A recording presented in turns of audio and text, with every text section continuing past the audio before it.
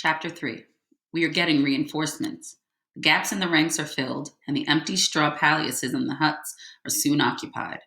Some of them are old hands, but 25 young replacement troops straight from the recruiting depots have been assigned to our company as well. They are almost a year younger than we are. Crop nudges me. Have you seen the kids? I nod. We strut about, get ourselves shaved on the parade ground, put our hands in our pockets, look at the new recruits, and feel as if we've been in the army for 1,000 years. Kaczynski joins us. We wander through the stables and come across the recruits who are just being given their gas masks and some coffee.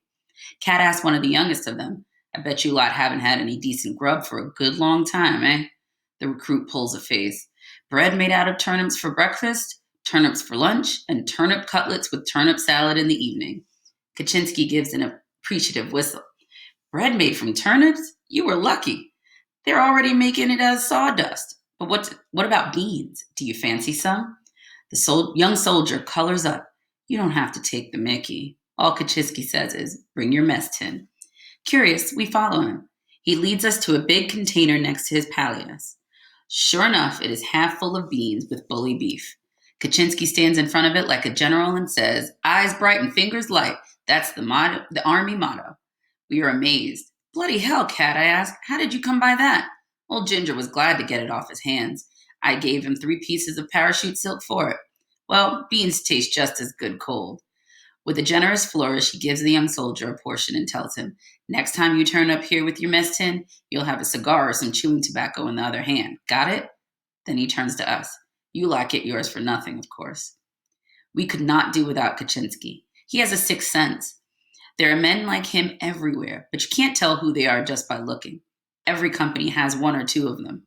Kaczynski is the sharpest I know. I think he's a shoemaker by trade, but that's got nothing to do with it. He's a master of everything. It's good to be a friend of his. Crop and I both are, and High Vestas half belongs to the group as well.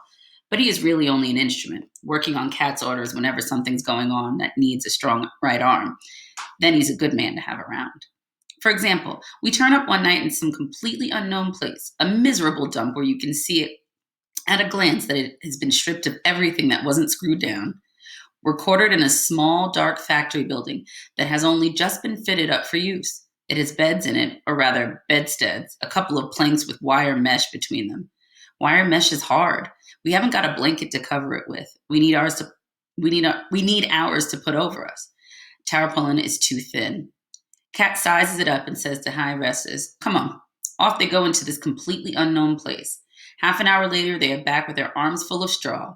Kat has found some stables, and that's where the straw comes from. We could sleep warmly now, if only we weren't so damn hungry. Kat asks a gunner who's already been in the area for a while, is there a canteen anywhere around here? He laughs. Not a chance. There's nothing. You won't find a crust of bread around here. Aren't there any locals left then? He spits. Oh yes, there are 1 or 2, but they just hang around every field kitchen they see and scrounge what they can. That's pretty bad. In that case, we'll just have to tighten our belts and wait until tomorrow when the rations come up. Then I see Kat putting his cap on. Where are you off to, Kat? Just for a sniff around. He slopes out. The gunner grins sarcastically. Sniff away. Mind you don't strain yourself picking things up. We lie down, disappointed, and wonder whether to break into our iron rations or not.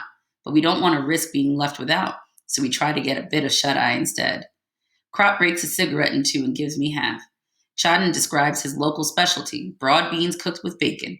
He is scathing about people who try to cook it without the right chopped herbs. But the main thing is that the ingredients all have to be cooked together. The potatoes, beans, and bacon must not, for God's sake, be cooked separately. Somebody grumbles that he will chop Chadden into the right herbs if he doesn't shut up at once. And then it is quiet in the big room.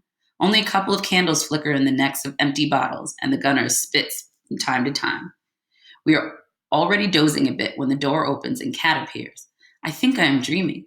He's carrying 2 loaves under his arm and a blood-stained sandbag full of horse meat in his hand. The gunner's pipe drops out of his mouth. He feels the bread.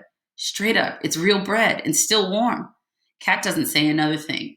He has the bread and that is it. Nothing else is of any importance. I'm quite sure that if he were dropped in the desert, he would get a meal of dates, roast meat, and wine together within the hour. He gives High the brief command. Chop some wood.